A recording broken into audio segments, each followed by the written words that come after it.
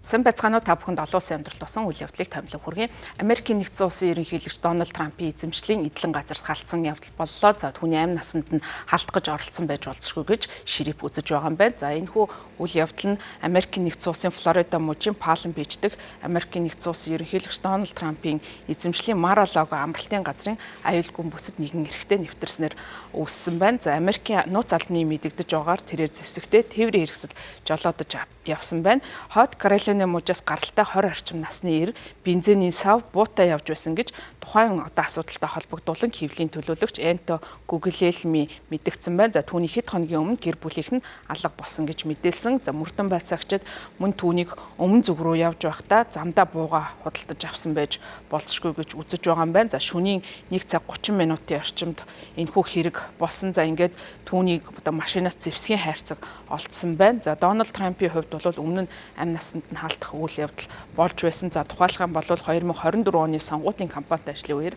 2 удаа түүнийг алах гэж оролдож байсан удаатай. Ерөнхийлөгч энэ амралтын өдрүүдэд гол төлөв өөрийн эзэмшлийн амралтын газартаа өнгөрөөдөг ч гэсэн яг энэ үеэр тэргүүн хатагтай Мелани Трампын хавьд Мар-а-лаго дахь энэхүү одоо халдлага гарах үед бол цагаан ордонд байсан юм байна. За Палм Бич Каунтигийн Шрип Рид Брит шоугийн хэлснээр тухайн эрэгтэйг энэ одоо эдлэнгийн хойд хаалганы ойролцоо орсны дараа нууц албаны 2 ажилтан болон Палм Бич Каунтигийн шерифийн орлогч нартай тулгарсан байна. За түүнд өөрт байгаа 2 хэрэгслийг хаяах тушаал өгсөн. За тухайн үедээ бол бензиний саваа тавиад бууга буудах байрлалд бол өргөсөн гэж шериф Брит шоу хэлээд за ингээд энэ асуудлаараа богино хэмжээний баг хурал хэвлэлийн баг хурал хийсэн байна. За 2 ажилтан болон за тухайн шерифийн орлогч бол тус одоо аюулыг сармагжуулахын тулд зэвсгээр галсан гэж мэдэгдсэн. За холбооны мөрдөх товчоо Мар-а-лагогийн ойролцоо амьдардаг оршин суугчтай холбогдож мэдээлэл авахыг зорж байгаа юм байна. За магадгүй тэдэнд бол тухайн хэрэг явдлыг олон нийтэд одоо хүргэх туслах үс юм бичлэг видео бичлэг байгаа эсхийг нь бол шалгахыг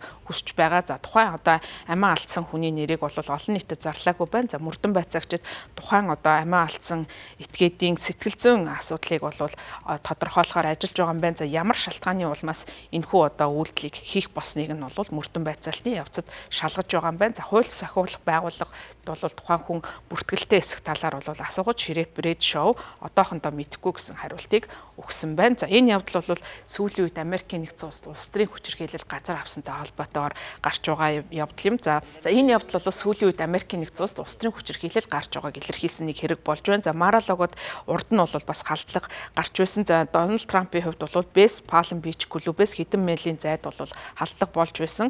2024 оны сонгуулийн кампанит үеэр тэрээр гольф тоглож байхад нь нэгэн эр түүнийг бас өнөөхийг завдаж байсан. За тухайн одоо үйлдэлийг хийсэн этгээд нь нууц албаны ажилтан Райан Раут гэж ир байсан юм байна. За түүний хувьд Трампыг гарч ирэхээс өмнө буцуугны ард бол нуугдаж онилж байхдаа нь бол таарсан. За ингээд албаны хүмүүс бол тухайн этгээдийг бууга агент руу чиглүүлсэн байх үед нь бол гал нээж зэвсгээ унгахад нь хүрсэн байна. За ингээд тухайн этгээдийг бол өнгөрсөн жил бол гин буруутайгийн тогтоож энэ сард бол бүх насаар нь хорихлыг нь оноож байсан. За Дональд Трампын хувьд бол бас Пенсильвани мужийн Батлер хотод болсон кампанит ажлын үеэр өөрийг нь алах гэж оролцсон орлогоос амьд үлдэж байсан удаатай. За тухайн үед бол нууц албаны ажилтан тухайн одоо этгээдийг аюулгүй болгосон. За үүнээс өмнө бол мэрэгэн буучийн гарт өртгөөс өмнө тухайн этгээд 8 удаа Америкийн нэгдсэн улсын ерөнхийлөгчийн зогсож байсан газар руу буудаж байсан удаатай. За мөн цагаан ордны хувьд бол нууц алба болон холбооны мөрдөх товчоон тухайн холбоотой асуудлуудыг бол шийдүүлсэн байна. За мөн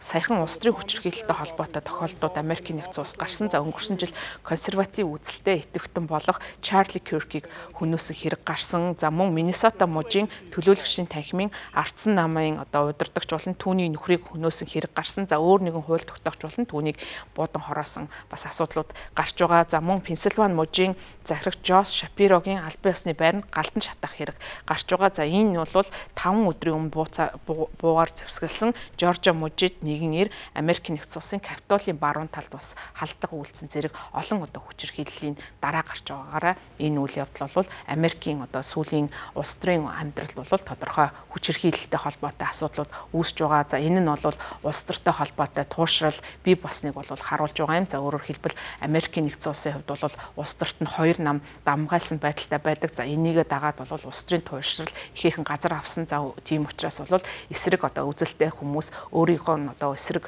ийм үзэл бодолтой хүмүүсийн эсрэг бол иймхүү гэмт хэрэг хүчирхийллийг бол үйлдэх нь бол олон нийтийн зүгээс гарч байгаа юм. За юунд нь бол сэтгэл зүйн болон нийгмийн олон нийтийн олон шалтгаан бол нөлөөсөн байж болзошгүй. За үүнтэй холбогдуулан мөрдөн шалгах ажиллагааг явуулж байгаамаа.